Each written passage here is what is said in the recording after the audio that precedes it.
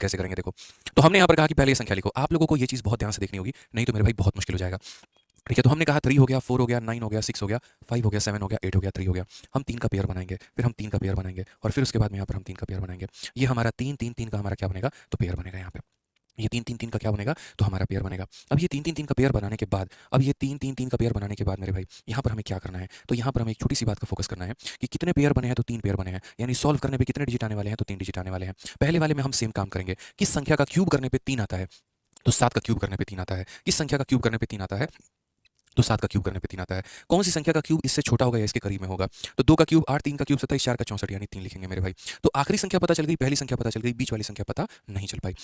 अब बीच वाली संख्या पता नहीं चल पाई तो हम उसको किस प्रकार हल करेंगे, कैसे हम उसको बताएंगे, ये बताइए। तो यहाँ पर हम लिख देते हैं, देखिए इसकी वैल्यू हमारी कितने मिलेगी, 3 डिजिट में मिलेगी। ये हमारी 7 थी और ये हमारी कितनी थी मेरे भाई, तो 3 थी। अब इसको मानना है तो इसको x मान लेते हैं, इसको मानना है तो क्या मान लेते हैं, x मान लेते हैं। बड़े ध्यान से समझिएगा, 2 स्टेप में मेरे भाई ये सवाल बनेगा और एकदम फोकस बोर्ड पर होना चाहिए। स्टेप नंबर 1 हमारा क्या है, तो स्टेप नंबर 1 मेरे भाई यहाँ पर ये है कि आप इस संख्या का क्यूब करो, 7 का क्यूब करो 343 और उसको क्या करो, इसमें से आखिरी के 3 को में से घटा दो।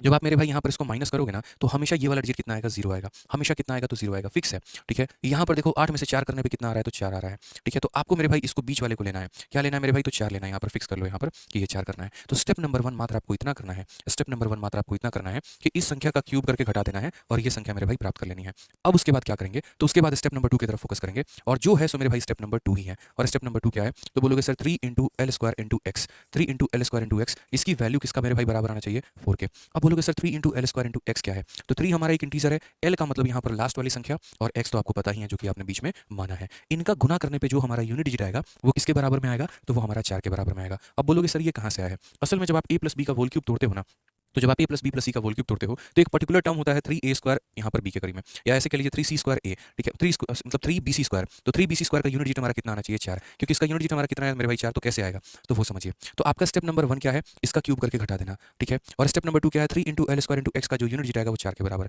3 हो गया। एल स्क्वायर का मतलब यहाँ 7, 7 का स्क्वायर होता कितना है 49, लेकिन हमें मात्र यूनिट डिजिट लेना है यानी 9 लेना है। इंटू हमारा कितना हो जाएगा x, और इन सब का यूनिट डिजिट किसके बराबर में आना चाहिए, 4 के बराबर में आना चाहिए। तो बोलोगे 9 इंटू 3 27, 27 का मतलब 7, 7 को x से गुना करने पर हमारा कितना आना चाहिए, 4, 7 को x से गुना करने पर कितना आना चाहिए, 4। तो मेरे भाई 7 को कौन सी संख्या से गुना करेंगे तो 4 आएगा, तो बोलोगे सर देखिए 7 को यहाँ 2 से गुना करने पर यूनिट डिजिट 4 आता है। 7 को किससे गुना करने पर आता है, 2 से गुना करने पर आता है बस। तो आंसर हमारा कितना होगा, तो बोलेंगे सर आंसर हमारा 3, 2 और 7 होगा। ये हमारा क्या है सर, तो ये हमारा फिक्स है, यही हमारा क्या है, तो यही हमारा आंसर है, यही हमारा क्या है, तो यही हमारा आंसर है। क्लियर ये बात, यहाँ कोई दिक्कत की बात है, कोई परेशानी की बात है तो मेरे भाई बता दो। यानी 2 स्टेप, स्टेप नंबर 1 कि यहाँ पर इस संख्या का क्यूब करके घटा दो, मिडिल नंबर पता कर लो, step number 2 3l square into x. अभी एक एग्जांपल में आपको समझ नहीं आएगा, आप एक और